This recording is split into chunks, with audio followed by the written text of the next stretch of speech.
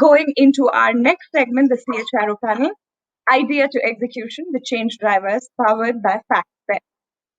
To form an inclusive culture at an organization, it's essential to have a multi-pronged approach. Going beyond the ordinary to create true impact, we are joined by three CHROs across industries to navigate the journey from idea to execution, from the context of change drive.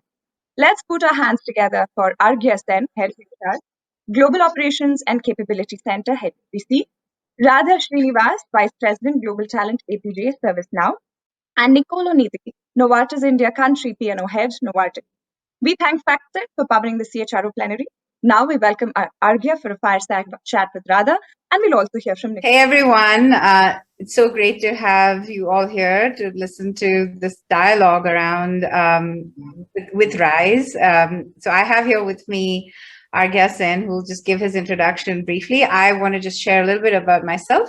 My name is Radha Shreeniwas. I'm the head of HR for ServiceNow, Asia, Pacific, and Japan. And I'm super excited to have this conversation with Arghya. Arghya, over to you. Please introduce yourself. Hi, wonderful meeting you, Radha. So virtually, I hope that we can, sometimes definitely collaborate in person. So I lead HR for global operational services in HSBC. Yeah, I'm based in Pune. Where are you based? I'm based out here in Bangalore. And been here, so I spent about 1.5 years of my tenure at ServiceNow in Hyderabad, and now I'm out here in Bangalore. Especially, we've all been in this lockdown situation since last year.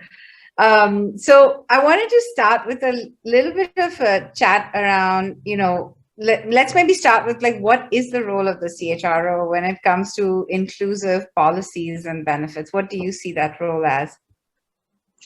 Sometimes you think of policies and benefits as this hard infrastructure that is kind of brought in. But I do think the role of the CHRO is much beyond that.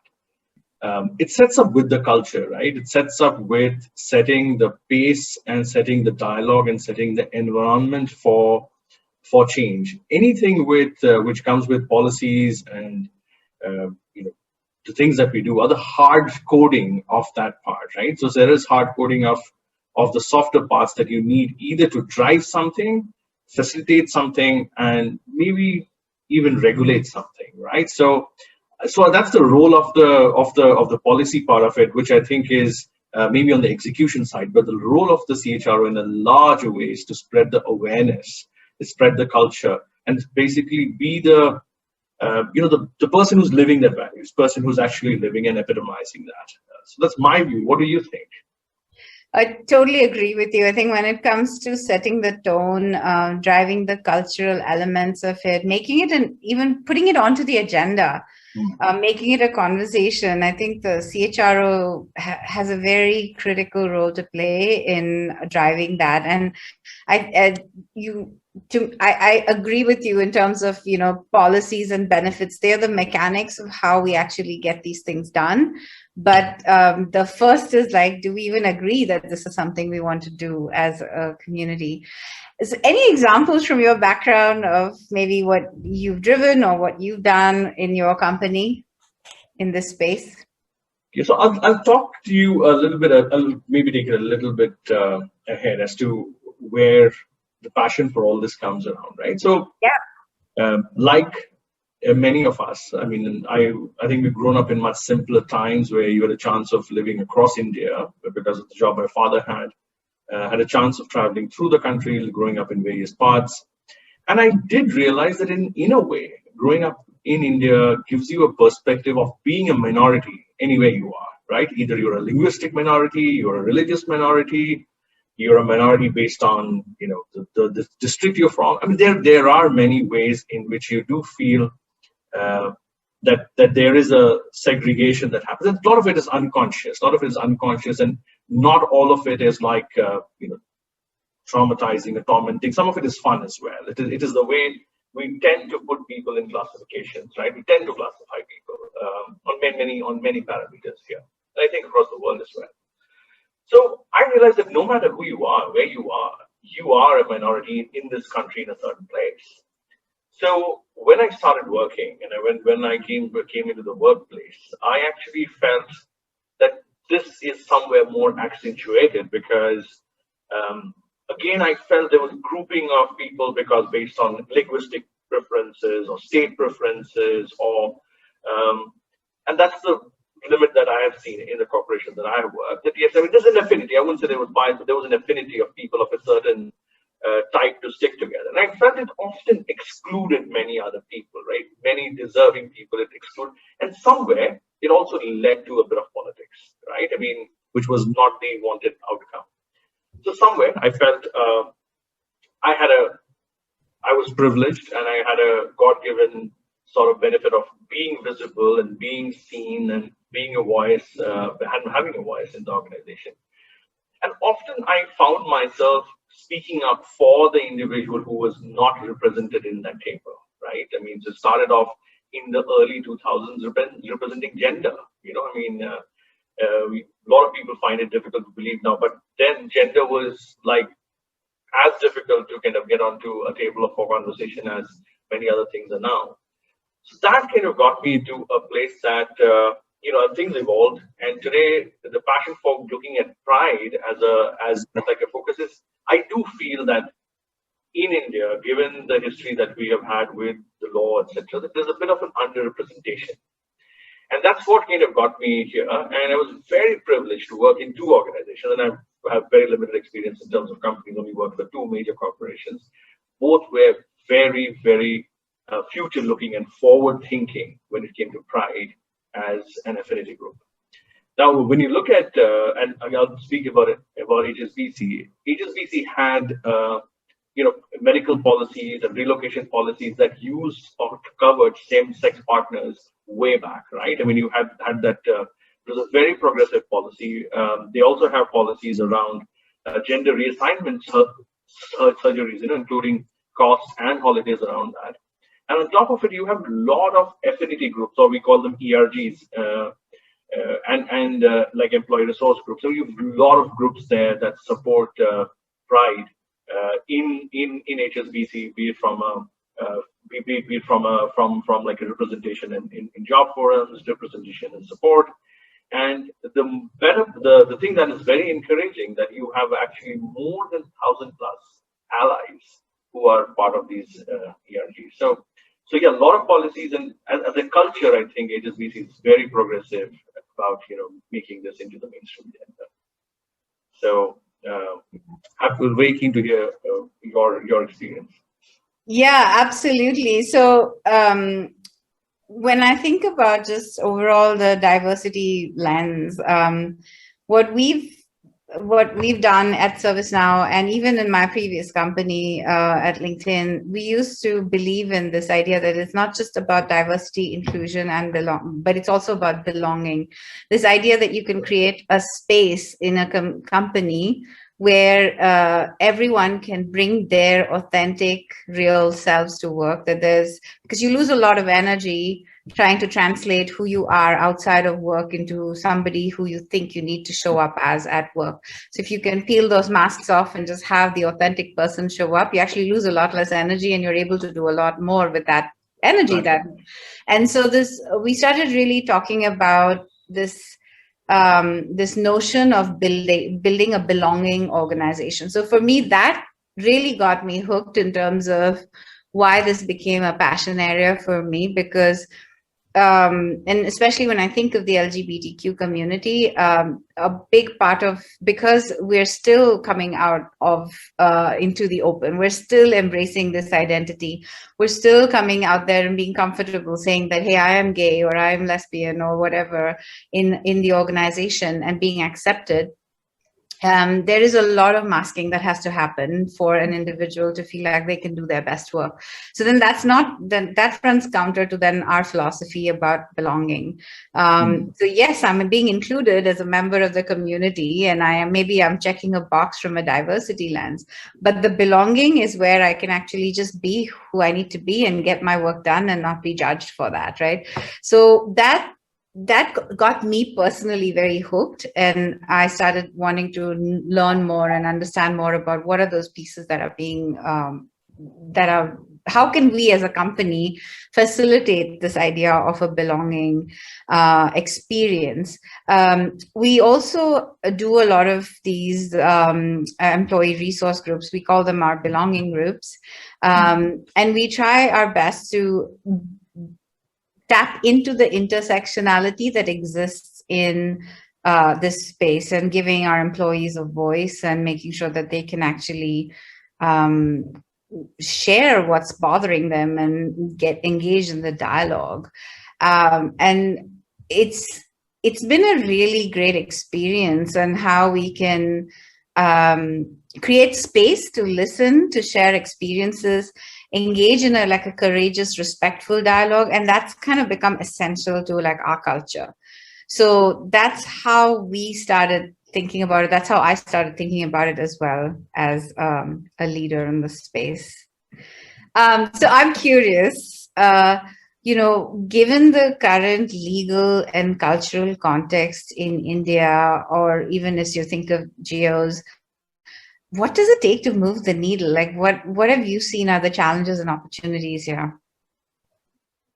So, the fact of the decriminalization of Article 377 was, I think, a major move, right? I mean, and I think it happened because there were people who were, pushing for this relentlessly. They were lobbying for this relentlessly. I mean, they got demotivated. And even when they felt that the dispensation or the authority dispensation was probably not very favorable, but they still kept at it, and they used the right source and channels and went at it. So I think there's a need right now from a legal framework for the country to catch up in many ways. Now, this is beyond an organization's control, I would say, but I would probably talk about the groups that are involved to keep lobbying, keep raising awareness, keep talking about it. And we have to bring this into the mainstream by talking about it openly in our organizations, encouraging in platforms like this. And this is where there has to be an education of the lawmakers. There has to be an education of the judiciary. There has to be an education of the authorities in that side. I think that's the hard measure of education that will somewhere or sometime prompt legal change. So the framework, what we have today is something that has been set out like many years. I think it's been set out by people who really don't understand the present times, and we all think it needs definitely a relook and certain change.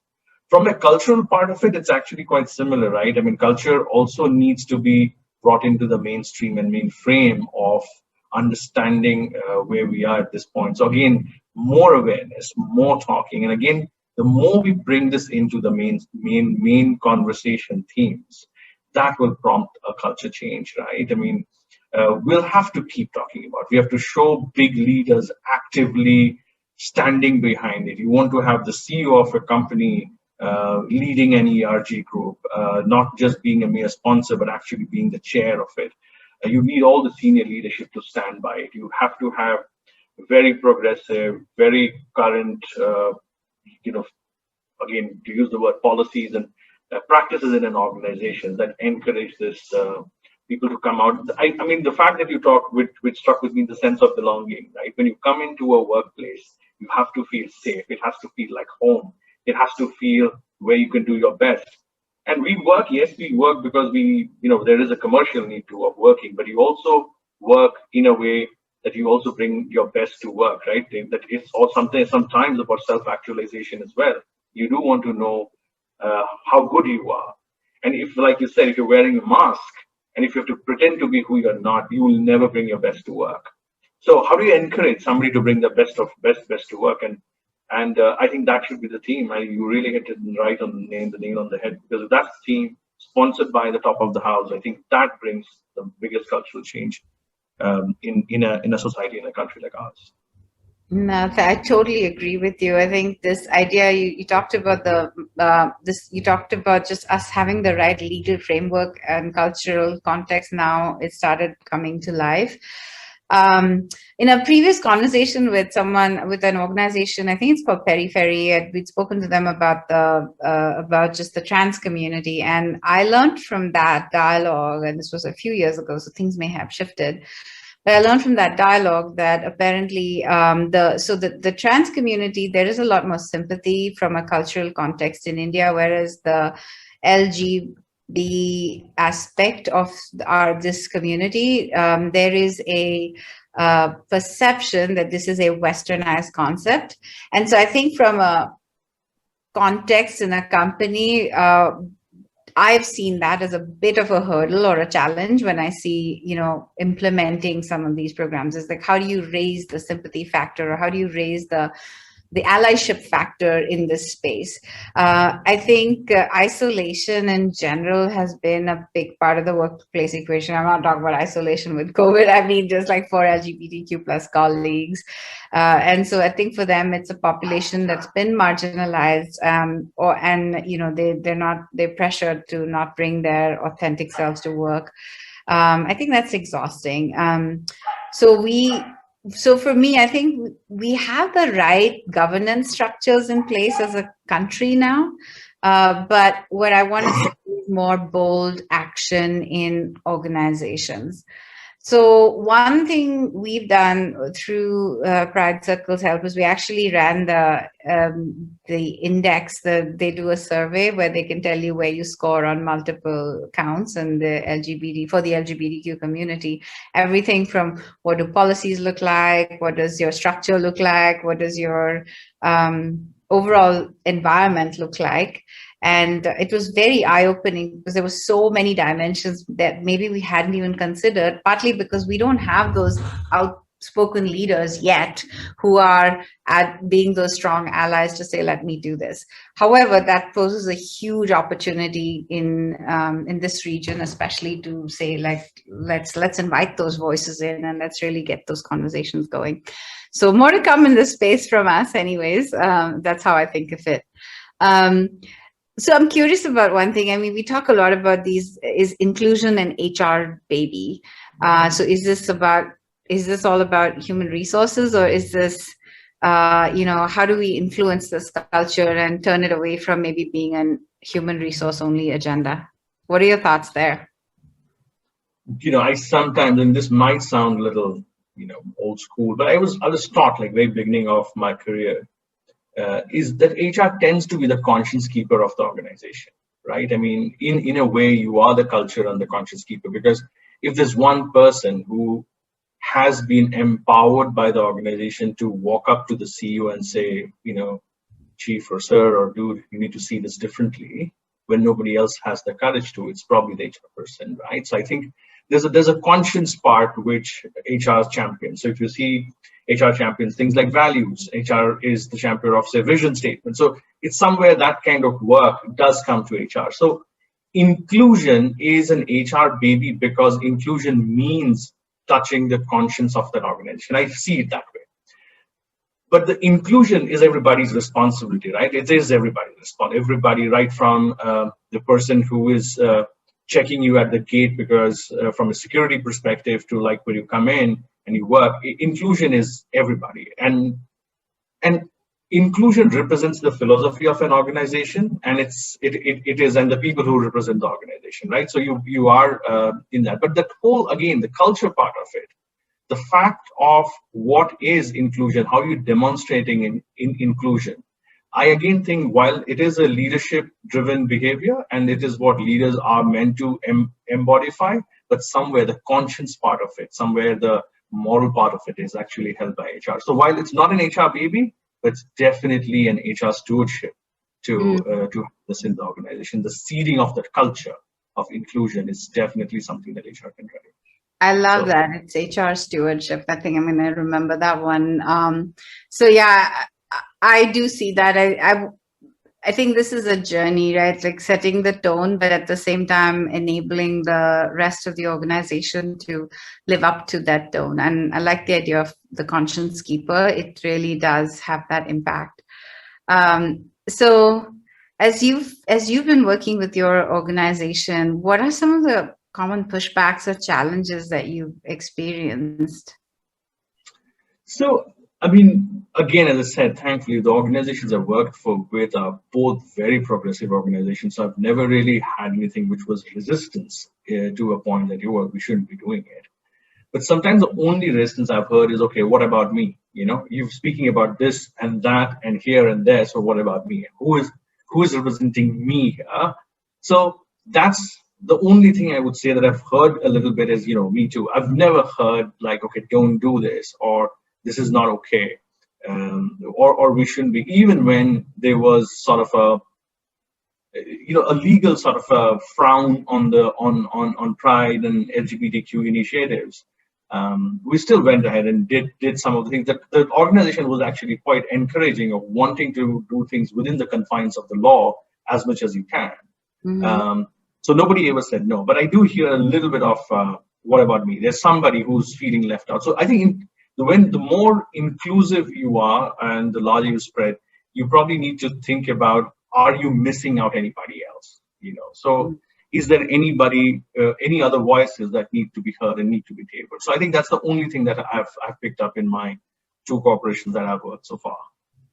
So you're so right. I think it's a little bit of the what about me, and I think what we've tried to drive with the intersectionality approach or thinking about it is like, how do you build allyship across the board for whichever cause that really matters to you, so that it stops feeling like inclusion of one doesn't necessarily have to mean exclusion of the other. So we are trying to build that model and that thinking. So to your point, I don't think I've ever heard a pushback. What I do worry about sometimes is the microaggression that comes with it, because maybe it's about unconscious bias. Maybe it's about what people just not knowing enough. So have you had any experience with any of that? So again, I mean, the way I deal with, I define microaggression sometimes as verbalizing your unconscious bias, right? So there's a lot of work that needs to happen in parallel when you drive affinity groups, is to work on the unconscious bias piece that we carry, right? And again, I'll be specific to us as a society and a country. We do all carry that, right? I mean, we are quite judgmental as a society, right? I mean, if you open our news media channels at 9 o'clock or 10 o'clock, I mean, you will see who we are as a country, as a society. So yes, we do carry, and I think a lot of it has to be dealt with by education. A lot of it has to be done with working on that bias, and sometimes also telling people that this is not acceptable. You have to take visible actions to show that this is not tolerated here.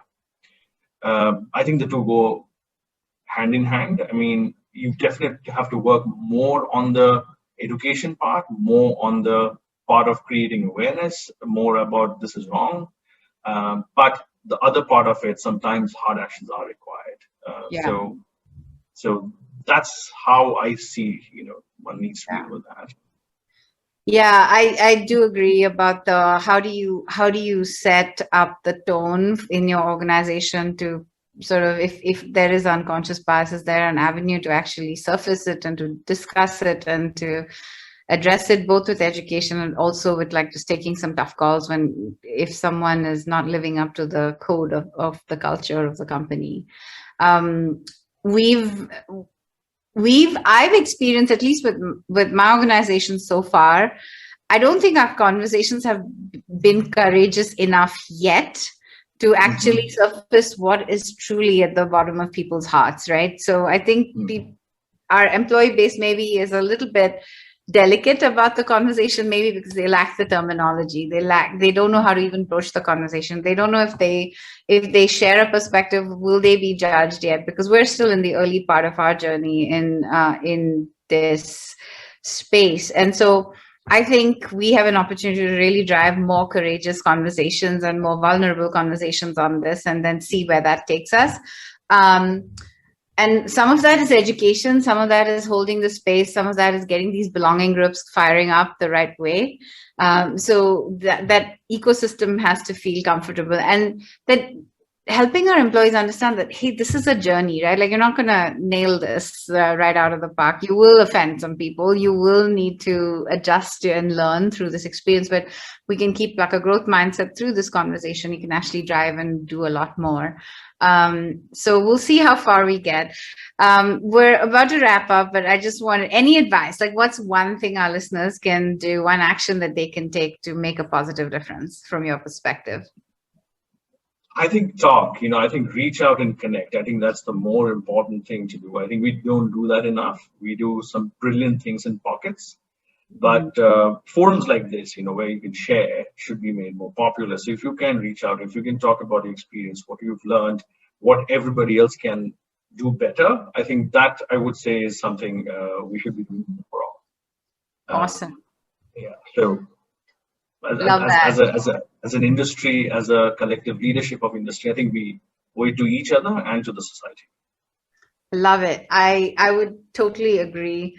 I think being able to create an environment where these conversations can actually happen and publicize it, socialize it, and get it out there.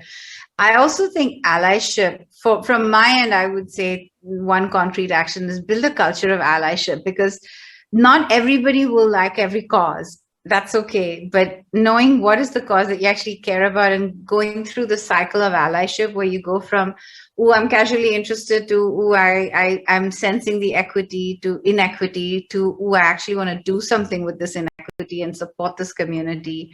I think building that philosophy of allyship would be a phenomenal way to help elevate the conversation across the board on our teams.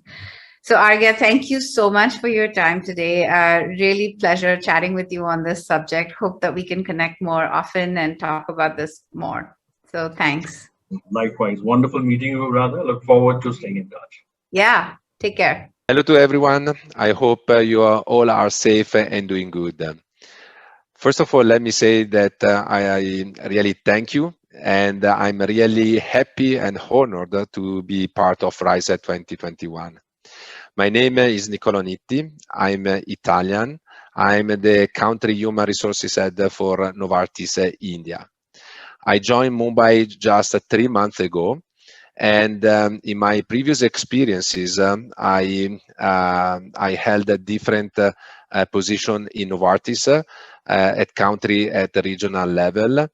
And today, as I said, I'm very happy to be part of the Indian Novartis team. Let me start my intervention saying that, in this world, we are billions of people, and each with really a unique story. I think that one of the key success factors for a company is to build a diverse and inclusive workplace where everyone can be the best and true selves, and where everyone can really unleash the full potential. And this is what we are trying to do in Novartis, where we have designed a diversity and inclusion strategy based on 3 main pillars: equity, inclusivity, and societal impact. This is a journey, and we have done good progress so far, but we still have a long way to go. As I said, the first pillar is equity. And allow me to spend some few words on a concept that personally I like very much, which is the difference between equity and equality. Equality is to give everybody the same tools, the same resources, irrespective of the personal and professional circumstances. Equity is to ensure that everyone has the right, tailor-made tools in order to have the same performance, to have the same outcomes. And I'm happy to say that in Novartis, we are looking at equity, and we are looking at it through different initiatives. First of all, EPIC Pledge. So EPIC, as you might know, is an Equal Pay International Coalition. And one of the goals here is to achieve pay transparency and equity in genders. Then LGBTI equity, disability equity, and race and ethnicity. The second pillar, as I said, is inclusivity. We are educating our people on inclusivity and providing all associates with equal opportunities to contribute to our company and advance their careers. More specifically, our focus is on developing self-aware leaders who empower diverse ideas, attracting and retaining diverse talent, and creating communities of belonging. The third pillar is a societal impact. The company also has an external focus when we are talking about D&I, trying to do what we can to contribute to building a world that is safer and more inclusive. And thence, we look at third-party and supplier diversity, clinical trial diversity, and addressing diseases in underserved communities. Now, let me focus on LGBTI. In 2018, Novartis made a public commitment to uphold LGBTI plus human rights, and we are the first pharma company to sign the United Nations Standards of Conduct for Business, tackling discrimination against lesbian, gay, bisexual, trans, and intersex people. As you are aware of, according to United Nations Human Rights, the company should respect the human rights of LGBTI workers, customers, and community members, eliminate discrimination against LGBTI employees in the workplace, support LGBTI staff at work, not discriminate against LGBTI customers, suppliers, and distributors, and insist that business partners do the same. Stand up for human rights of LGBTI people in the communities where they do business. At Novartis, we want everyone to feel heard, respected, and valued for who they are, regardless of the gender, identity, or sexual orientation. It is important to take into account also multiple cultural nuances while also building an inclusive environment for everyone.